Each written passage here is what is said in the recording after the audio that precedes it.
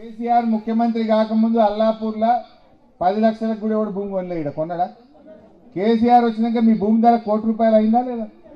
అయిందా లేదా? అంటే కేసీఆర్ హయాంలో భూముల ధరలు పెంచి మీ గౌరవం పెంచింది. ఎందుకు పెరిగింది భూమి ధర? కరెంటు మంచిగా ఇస్తే, రైతు బంధు ఇస్తే, పండిన పంట కొంటే, మంచిగా నీళ్లు ఇస్తే, సౌలత్ చేస్తే ఇలా భూముల ధరలు పెరిగినాయి. ఇవాళ కాంగ్రెస్ వచ్చినాక ఆగమై ఒక్కటైతే చేసిండు అక్క రేవంత్ రెడ్డి. ఆయన వచ్చినాక భూముల ధరలు పాతాళానికి, బంగారం ధర ఆకాశానికి. ఇది మాత్రం చేసింది. చేయలేదు అది. భూముల ధరలు పాతాళానికి పోయినాయి, బంగారం ధర మాత్రం ఆకాశానికి.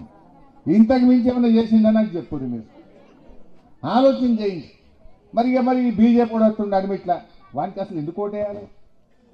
ఏం చేసింది బీజేపీ అని నేను అడుగుతున్నా అల్లాపూర్లో మిమ్మల్ని. ఏమన్నా బీజేపీ వాళ్ళు మనకు చేసిన పని, మీకు చేసిన సేవ ఏమన్నా ఉన్నదా అని నేను అడుగుతా ఉన్నా. ఏమన్నా ఉన్నదా? కేసీఆర్ గారు యాదాద్రి లక్ష్మీనరసింహస్వామి గుడి కట్టలేదు. ఆడ ఎంత మంచి గుడి కట్టిండు. గజ కట్టిండు. తూప్రాన్ల మా పోషమ్మ తల్లి గుడి కట్టిండు. ఎన్ని చేసిండు కేసీఆర్ గారు. ఈ బీజేపీ వాళ్ళు ఉత్తగానే మాయ మాటలు చెప్పుడు తప్ప ఏమన్నా పని జరిగిందా? నేను మొన్న అసెంబ్లీలో అడిగిన, ఏమయ్యా 4,000 పింఛన్ ఏది మా అవ్వాతాతల్లో అడిగిన, ఏదయ్యా మా అక్క చెల్లెలకు 2,500 అని అడిగిన, నీ తులం బంగారం ఏడవైంది అని అడిగిన.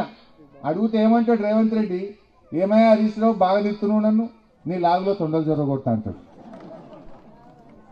ఎవడన్నా ముఖ్యమంత్రి మాట్లాడే భాషన అమ్మాయిది? చావు నోట్లో తలబెట్టి తెలంగాణ తెచ్చింది కాదమ్మా.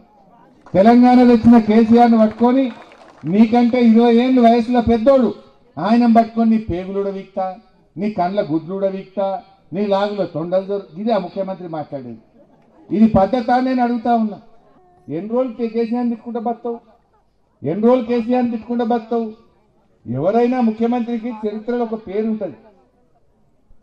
ఇప్పుడు వెంకట రాజశేఖర రెడ్డి ఉంటే ఆయనకు ఆరోగ్యశ్రీ పథకం తెచ్చిండు అని పేరున్నది.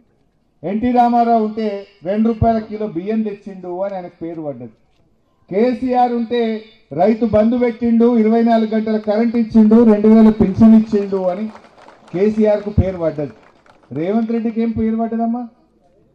బూతు పిత, రోత పిత, అవినీతి పిత. బూతులు తిట్టుడు, రోత మాటలు మాట్లాడు, పైసలు దండుకున్నాడు, అవినీతి. గిది తప్ప రేవంత్ రెడ్డి చేసిన పని 2.5 ఏళ్ళలో ఏమన్నా చెప్తారా? ఒకటేదన్నా దయచేసి ఆలోచన చేయండి. మా తమ్ముడు నాగరాజును గెలిపియండి. తప్పకుండా ఈ అల్లాపూర్లో మీ కష్టాలు సుఖాలు, మీరు అనుకున్న పనులు చేయించే బాధ్యత కేసీఆర్ గారి దగ్గర నేను తీసుకుంటా.